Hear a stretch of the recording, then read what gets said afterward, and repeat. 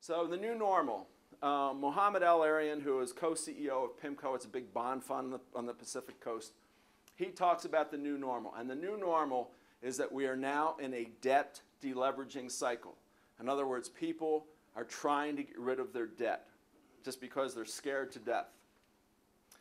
David Rosenberg, again a chief economist for Gluskin Sheff, says that if you look at the household debt to asset ratio, the historical average going back into the 1800s, the historical average for debt to asset ratio is 12.5%.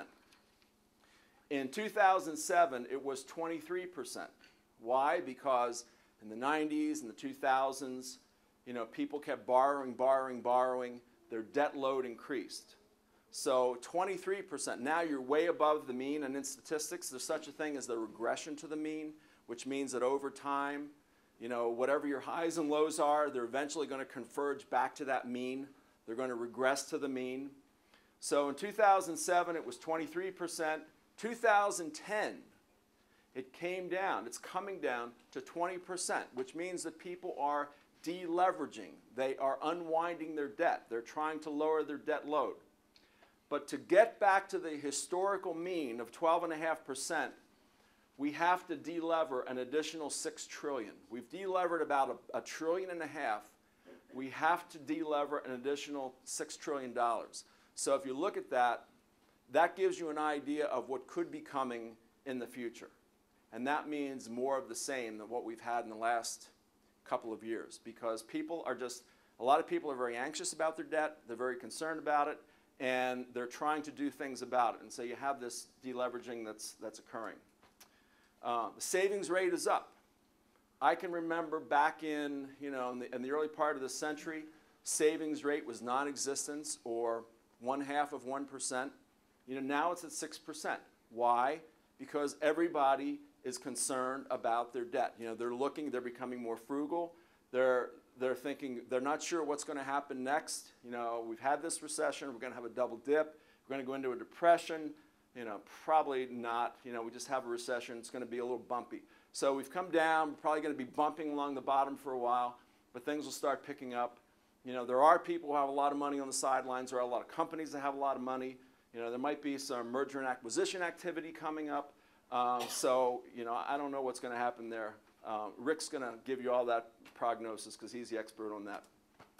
Okay, this will be the last one. 7 deadly debt sins. I just thought this was pretty good. This is from Bankrate.com. First of all, if you want to get in debt, okay, this is what not to do. These are the 7 deadly debt sins. You should envy the rich and famous. So, if you want to be like Paris Hilton, no, you don't want to be like Paris Hilton, but, if you want to be like somebody rich and famous, just spend money to be like them. Forget that pride goes before a fall. So, spend money on clothes, cars, house, join that country club because you think that that's what you need to do. Be slothful with finances. Yeah, don't care about finances. Just think, oh, it'll work out. We'll just keep spending money. Sooner or later, it'll all work out and we'll be fine. You can't do that. You really have to be deliberate. Get greedy when borrowing. This happened, again, with some of these mortgages. So you go to the bank and say, okay, I need $150,000 to buy a house. Well, is that enough? You want more? Okay, I'll take $250,000. Those days are gone anyway. But you'd only want to borrow, if you have to borrow, only borrow what you need. Feel wrathful at everyone but yourself. Complain about other people, what they have and what they're doing. Don't accept any personal responsibility. Don't try to accept any pain yourself in terms of writing your finances. Just be angry with everybody else. Be gluttonous. Just spend money at will and don't worry about how much. And then the last one, let lust lead you into spending. So you just think, man, I wish I had that new Lexus.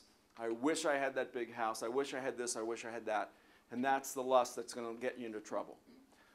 So that was a lot. I know that was a lot in a short amount of time. Oh, one other thing I wanted to say is just the last one, just to give you a perspective of the debt to GDP ratio for the country. in the U.S., I just think this is interesting. I have a perverted sense of inquisitiveness, I guess. But our estimated debt to GDP ratio, that's the amount of debt that we have as a country versus what is coming in, the GDP. It's going to be at 94%. 94% for 2010. But it's not as bad as it once was. In 1946, after we fought World War II, it was 121%. So we were able to climb out of that. And then, was it ever lower than that? Yeah, in 1835 and 1836, it was 0%.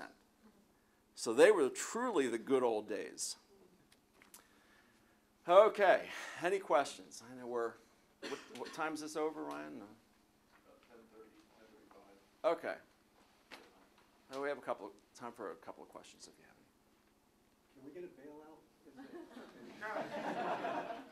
Where's Lewis? Lewis said, hit him up after the class. He's got you covered. Yes, ma'am.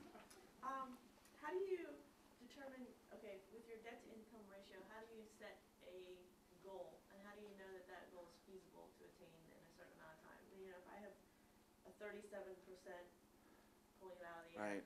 you know, how do I determine that, oh, 15% would be possible in 2 years? Yeah.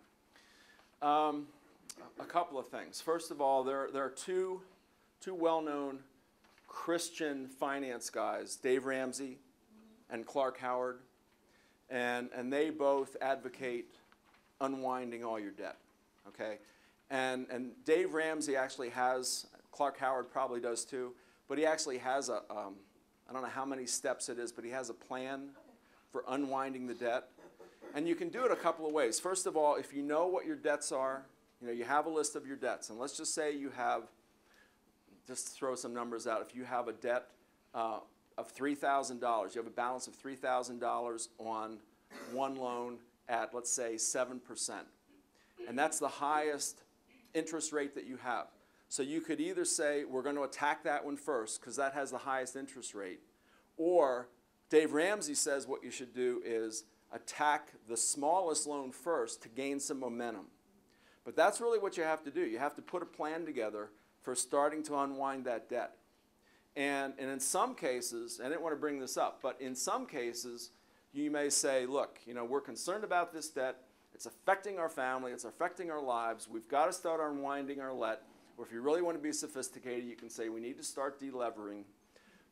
But the way to do that is, you know, we don't have enough income, so one of us is going to have to get a part-time job temporarily to begin lowering that ratio percentage, you know, to getting that down.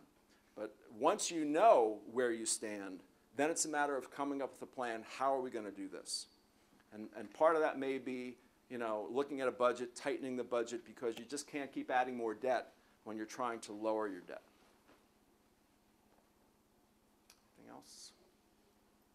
I apologize, I came in late. Oh, no, that's okay. I don't know if you covered this or not. In terms of, like, when I came in, you were talking about mortgages and Right. paying early and all that. Is there an easy way to refinance a mortgage where you don't, I mean, I know there's no points, but then you still have all the other fees in terms of title searches and all that kind of stuff. Is there a way to refinance without paying all those fees? Yeah, I certainly don't know that. Dave probably would be Dave right behind you, works for Fulton Bank, and he probably would be able to tell you. What I would say is for any of this stuff, you really have to research it. You know, call your bank, look online, talk to people, you know, how can we do this? There are some programs that are out there.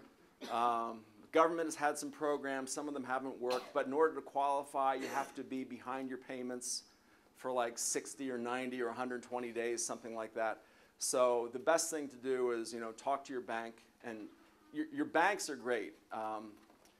The bank that I go to, and we've gone to for a long, it's Fulton Bank. I'm not putting in a plug for Fulton. There are a lot of good banks around, but I know the people at our branch, the branch where we go to, and I would just go in and say, look, you know, what can I do here?